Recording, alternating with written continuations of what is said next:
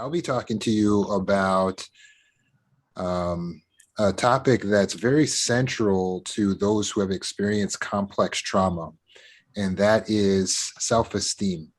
Not just what self-esteem is, but how can we build self-esteem? How do we fix it? So the question is, what was really lost in the first place? I mean, are we born with a self-esteem, a sense of self? The reality is, in order for us to know ourselves and to know how to feel about ourselves, we look to our parents from a very young age. In fact, as a baby, you're looking up at your mother's face, and that's your mirror. That's what tells you who you are, what you are, and how the world feels about your arrival. So if you have a loving, doting mother, you can imagine she's going to be giving you a smiley face and showing you a very warm welcome into the world. But imagine a child that has a mother that's distracted or a little bit cold, irritated, angry, overly sad or depressed. The child may not gain a very clear sense that they are important in this world. Now, does the fact that the child doesn't get the sense they're important mean that they really are not important? Well, no, the problem is the caregiver has the primary responsibility to inform the child, hi, welcome to the world, right? So just like if you were holding a party, you would have a host or someone there. If you're the host, you're welcoming people. But if you say, I got to check on things in the kitchen, can you, greet guests when they come in? The responsibility of that person is to give guests a good impression when they first arrive at the party. So you wouldn't want that person to watch people walk in and just give them a look like, or, right? The initial look when you come to the party gives you the indication of how you should feel at that party. And you're going to feel really self-conscious if you walk in and somebody's giving you the stink eye. Just imagine how a child feels being welcomed into the world. And those are the types of faces they're getting from their mother, or from their primary caregiver. Unfortunately, for many of us in this room, that was a reality before we even remember it. So as we get into the ages of 3, 4, 5, 6, we really should be getting and gaining a sense of ourself. We should be starting to put together what our interests are, what we like and don't like, understanding our emotions. The problem is if you have parents who are teaching you that your emotions don't matter, then you don't get to know the emotions. If you don't understand your feelings, then you don't understand yourself. Because the feelings are the hands, arms, eyes, ears of the self. The feelings are how your metaphysical self interacts with the world. So if you don't get a chance to learn your feelings at a young age, you're going to find yourself lost as to who you are, what you are. And in terms of your self-esteem, if before the age of 6, before you even got into school, you have a parent who's using terminology to describe you such as bad, or giving you the indication that they're not happy with your presence, or that you're a problem, or that you're the problem. All of these things misinform the self-esteem. So you get the impression coming into the world before you even get to school, I don't think I'm worth very much. I don't think I'm very important. I don't think I'm a good person. I think I'm bad. And all of this is an affront to the metaphysical self. And this causes us to have a shaky self-image and self-esteem. For those who are suffering from complex post-traumatic stress disorder, they went to the extreme of hyper-attaching to the caregiver and other people's emotions and allowing other people's opinions of them to be the indication as to what their worth is. So who am I? What am I? Well, I am whatever everyone else says I am. If you say it, then that's what I am. Otherwise, why would you say that I am? And so with no with no sense of their own ego. They're very carefully looking at and intuiting what everyone is thinking and how everyone is feeling. And then they go as far as to try to manage those feelings by being the perfect servant or the perfect slave or the perfect helper or getting the perfect grades or doing the best in school or in gymnastics or in sports. And they become this ultimate servant or this people pleaser so that they can learn to keep everyone feeling okay so that their unstable caregiver doesn't launch onto a tirade or abandon them or make them feel even worse. It's a survival technique. So the self-esteem, when it's based on what everyone else is thinking, it's going to create a very shaky, unstable self-esteem. Because what everyone else is thinking and feeling, number one, you don't always really know, even though you think you do, because you've developed these super empath skills to be able to feel everyone's feelings and emotions. But in reality, you can't read minds.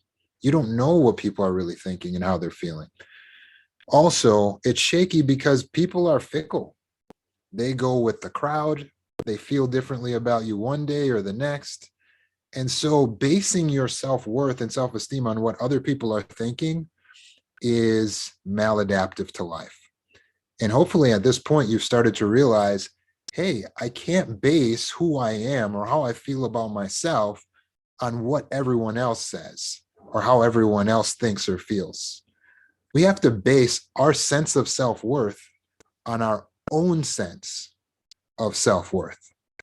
We have to base what we believe we are and what we believe we're worth on our own inner perceptions of what's right, what's wrong, what's good, what's bad, and who we want to be. Now, all this is easier said than done, right? Because for those of us who are suffering from self-esteem issues, these issues are deep. Like one client I had, and I have permission to share his story. We'll call him David, but that's not his real name. But David was a law student, and he said when he was in school, just the thought of the teacher calling on him filled him with terror, just total anxiety that he would get called on. And so we worked into it, and we start going down deep to see what's really the problem. So he's coming in for the anxiety, but what's really at the root? Well, as we go down and I ask him, well, why is it that someone calling on you in class is filling you with so much terror and anxiety? Well, it's because if they call on me, then I don't know if I might get the answer wrong or not. Okay, well, why would it be such a bad thing if you got the answer wrong? Well, then that would make people think that I'm stupid. Okay, well, why does it matter to you if people think that you're stupid? Well, if people think that I'm stupid, then they won't want to be around me. They won't respect me. And ultimately, like I won't have any friends. Okay, but let's go with that. Why is it so important to you that people are respecting you and that everyone is your friend? Well, because if no one likes me, then what am I? I have no worth, no value in the world. Now, right when we reach that point, I recognize something, and it's what I call a negative distortion, what psychologists call cognitive distortions. Ultimately, you can look at this as something that's ultimately childhood thinking. Because remember, as we were talking about that kid who was raised by the caregiver that was kind of mean, kind of harsh, kind of not all the way there emotionally for the child.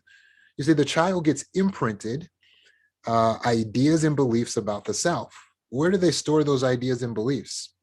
It's not in their memory, but it's in their subconscious.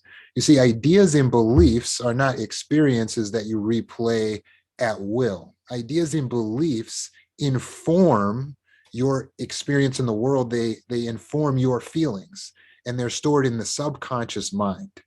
So when you understand that there's the conscious mind, the self, you, the person who is able to log into this class using your free will, and then there's the unconscious mind, the subconscious, which is running automatically. You're blinking, you're breathing, just running systems for you without you thinking.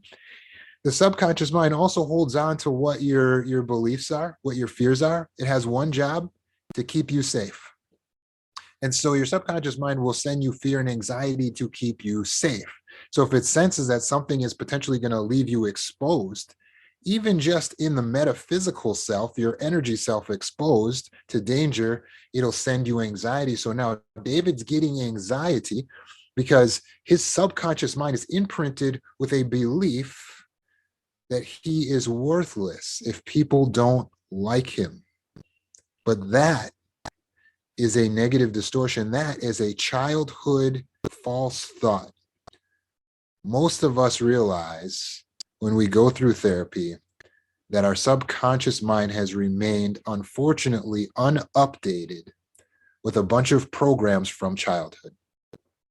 Our parents imprinted ideas on us when we were very young that now are still in effect in our life. As adults, they're guiding our life, but they were beliefs we came up with or received when we were 6, 5, 4 years old. Think about it. Should you run your life based on beliefs you received when you were 4 years old or 5 years old? The answer is no. You should not continue to run on beliefs you received when you were 4 and 5 years old. It's very important that you take the time to update the beliefs. Some of the beliefs are still helpful. Like you may have learned at that same age that the fire is hot, so don't touch it. That's still helpful. So we don't touch that belief. We leave it right where it is. But as we grow, if you grew up in a stable household where you were able to explore your feelings, explore your emotions, make mistakes, say things that were wrong, you would have been able to develop emotional maturity. Emotional maturity is basically going in and updating those old original beliefs about the self and about your world and how to interact with people. And so you would have learned, I don't always have to go to level 100 to get heard.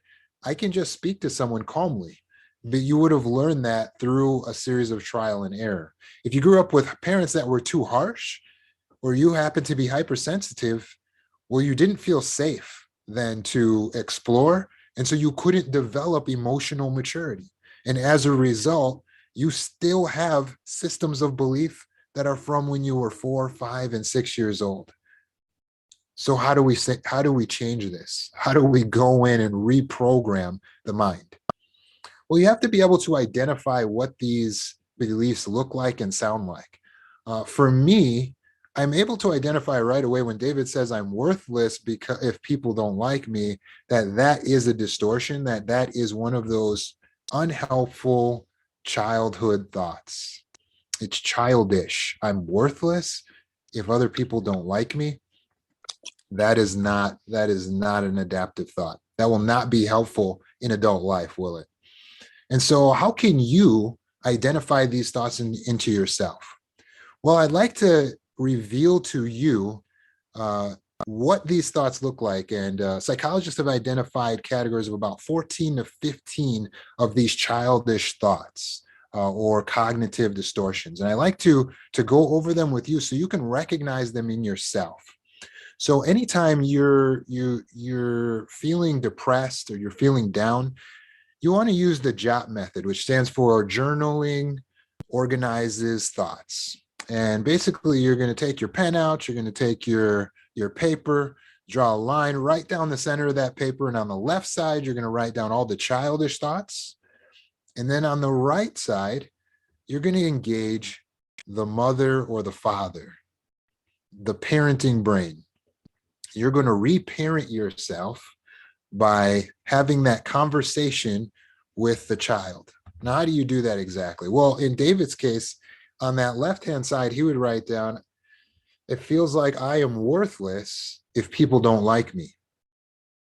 Then he's going to go over to the right-hand side, and he's going to engage his logical parent mind.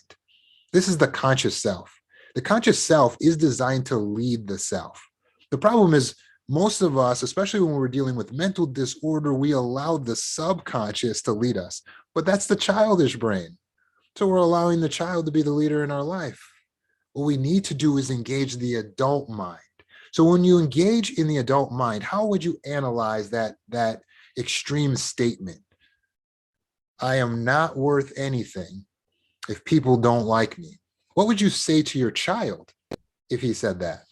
So David would now recognize, well, if that was my son and he said, I'm not worthwhile if people don't like me, I would say, son, that's not true at all. Your worth does not depend on other people's approval. And right there, I would stop him and I would say, David, you nailed it. Write that down on the right-hand side of the column. And now he has the parenting thought, which is your worth does not depend on other people's approval. That's the truth. And all of us here know that, but realistically, some of us here still have in our subconscious mind those childish thoughts and ways of thinking. So let's go in and let's fix them. So on your piece of paper right now, just go ahead, throw a line right down the middle of your piece of paper. And I want you to start to recognize where you may have some childish thoughts. And the way we'll do this together is we'll actually go through systematically the 14 common distortions that people tend to have. So let's start with this first one. This first one is called filtering. So filtering is where you focus too much on the negative, you just ignore the positive. So it's like somebody says, hey, I don't like your outfit today. And 15 other people said, your outfit's great, but you're going to ignore the 15 people who said your outfit looks great. You're going to focus in on the one person who said they didn't like your outfit. That's focusing on the negative. It's filtering out everything that could be helpful to you and focusing on what makes you feel awful. When you learn to stop filtering, you're going to have better self-esteem. Let's take this one, catastrophizing. Catastrophizing is expecting things to go as bad as possible, right? So it's like you finally get your new car and you're driving along and you got the music playing and all of a sudden you get hit, bam, with a wave of anxiety. You're like, what is this? And it's like, oh, I know. It's because I'm about to get into an accident. I just know it. You got this catastrophe in your mind of the worst possible case scenario. Recognize that in yourself. Are you a catastrophizer? What about polarized thinking? That's basically all or nothing thinking, black and white. That's the extremes. And we know we got a few of the extreme thinkers among us, right? And that's like you going way to the extreme. It's either I am the best or I am totally the worst. I don't even deserve to live or to breathe. We have to get away from polarized thinking. That's a childish way of thinking. The reality is no one is the best and no one is the worst or worthless. Everyone just falls kind of on a scale. And wherever we are in the scale, we always have room for improvement. That's how an adult thinks. This one's probably my weakness, the heaven's reward fallacy. The heaven's reward fallacy is basically thinking that your self-sacrifice is going to be rewarded. And then so you get all down on yourself when your good deeds, when what you thought was going to be good and going to bring good to you doesn't work out that way. The reality is we have to accept that teachings like karma in Hinduism and in Christianity, the idea that God is going to reward every good thing you do in this lifetime, there's no statistical basis to believe that you're always going to get rewarded in this lifetime for everything good that you do. The reality is bad things happen to good people. And some good people and some bad people, or people who are doing bad things rather, may not see their punishment as a result of what they did. And some of us may not get a reward right away as a result of our self-sacrificing. That's adult thinking. Control fallacies is where you have trouble with blame, where you're basically either assuming that someone else is to blame. My husband always triggers me. He is the one. If he would just stop saying those things that I don't like, I wouldn't get so mad and break all the dishes. Okay, that's blaming someone else for your own actions. What would the adult say? We are responsible for our emotional state. We are responsible for our own actions. You could also go the opposite way and blame yourself for other people's actions. So, oh, my son got a bad grade on his report card. I'm a bad mom. I'm not helping him enough. Now we're using extreme thinking and we're blaming ourselves for choices that our child is making. Of course, that's not adaptive. How about always being right? Are you the type of person who feels like if you're wrong, then you're worthless? And so you have to argue your point? Because if you get proved wrong, it's just absolutely going to be the worst thing in the world. That's childish thinking. It's okay to say, oh, you know what? You might have a point there. What about the fallacy of fairness?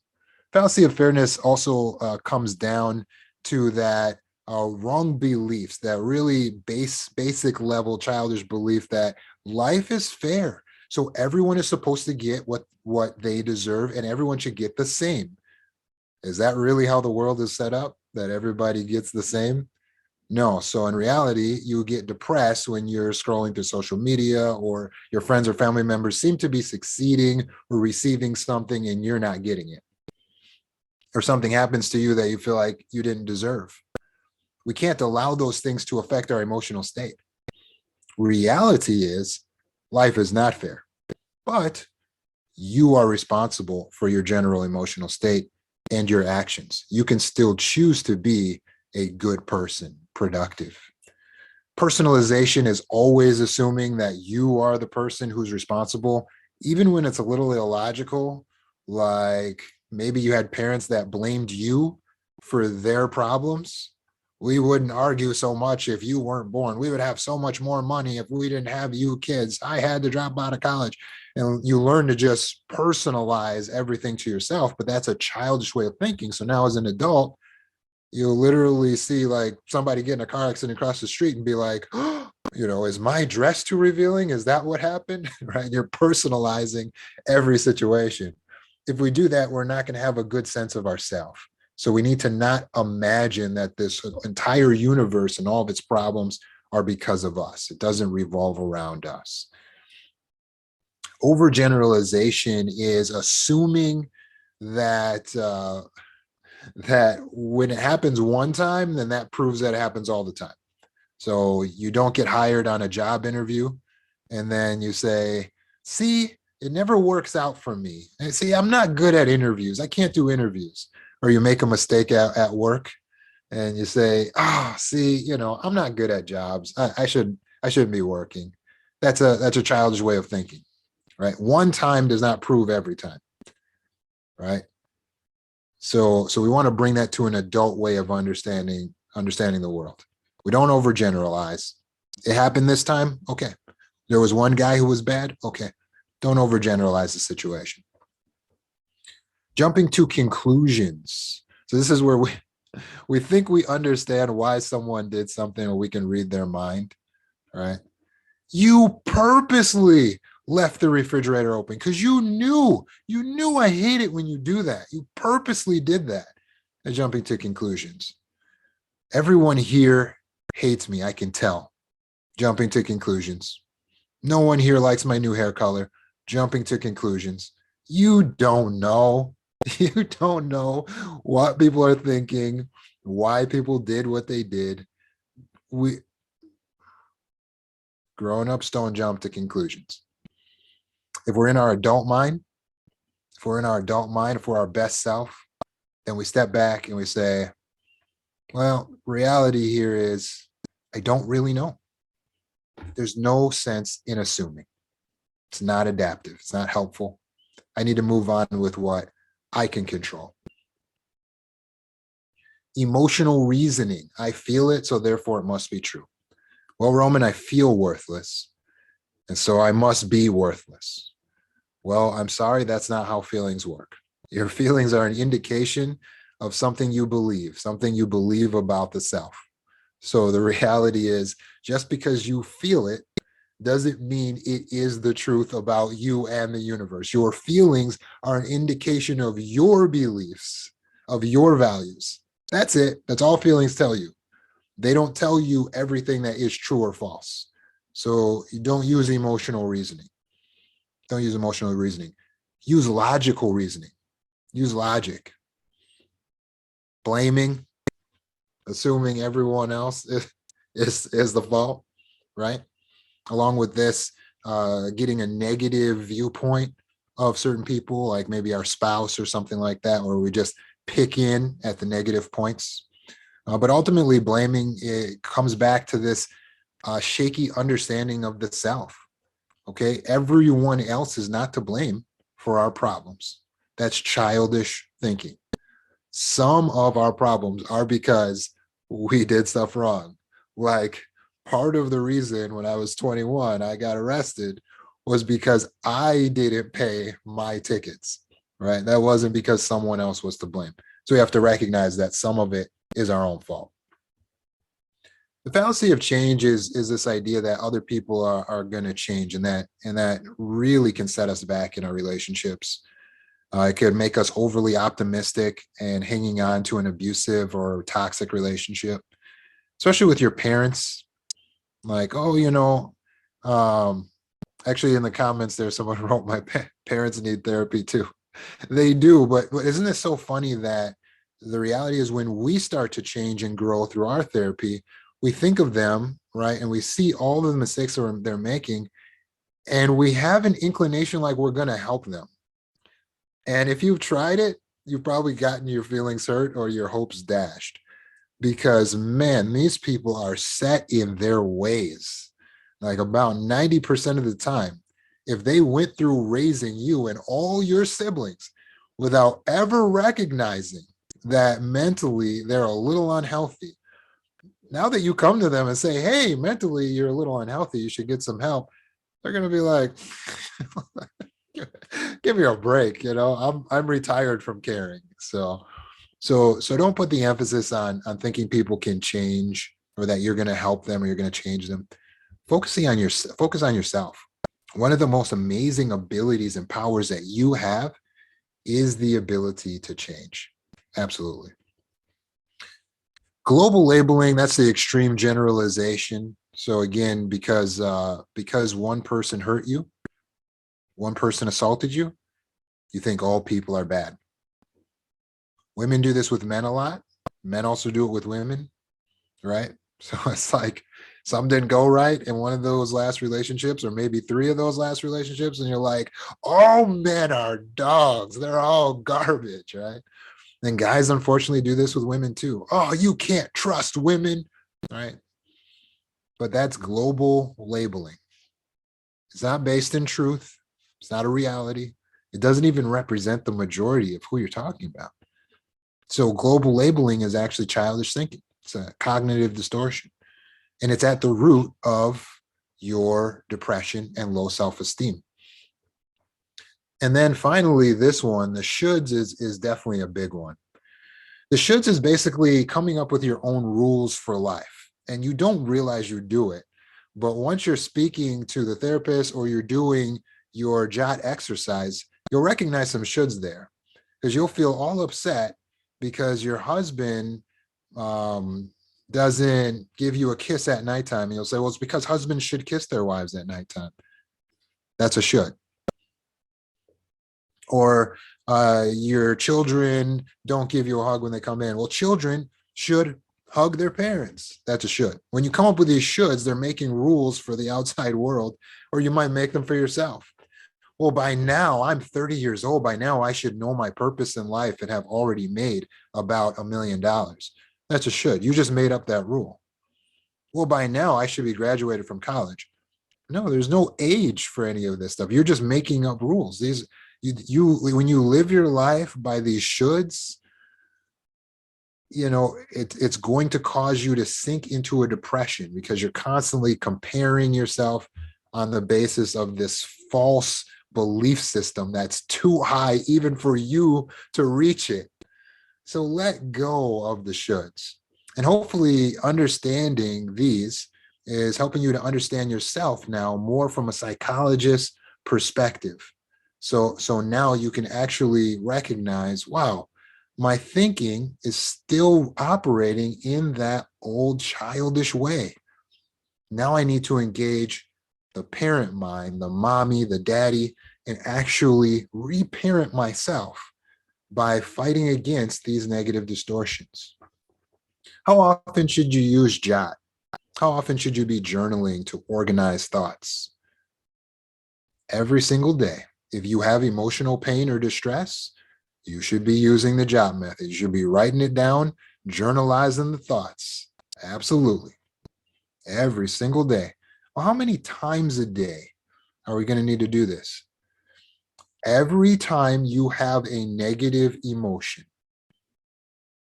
Now, granted, disclaimer, there's going to be moments where it's not appropriate. You're out to dinner with friends, you're at work, you can't stop everything and be like, everyone pause, I'm going to start jotting this down. At those times, that's why you have the ability to set things aside. So you'll say to yourself, I'm going to come back to this later because I feel kind of weird about something somebody said or something happened here. There's some bad energy that I'm sensing. I'm going to come back to this later.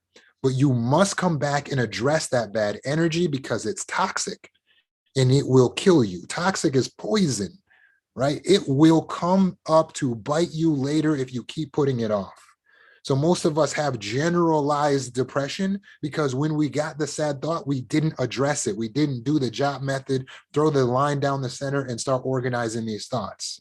We get generalized anxiety because we didn't do the work of figuring out where that bad energy was, what was the fear, organizing it, jotting it down, right? So, but when you do this on a regular basis, even if you find, I keep getting the same thought, you're eventually creating new neural pathways so that you're able to actually grow and progress beyond these old programs. But it takes consistency and patience to retrain your brain. So don't give up on yourselves. Get to work on yourselves and start putting in the effort to organize these thoughts, reparent yourself. And I promise your self-esteem as a result will improve. If you need help, feel free to reach out, and myself or one of my colleagues will be more than happy to help you work through this so that you can make fast progress.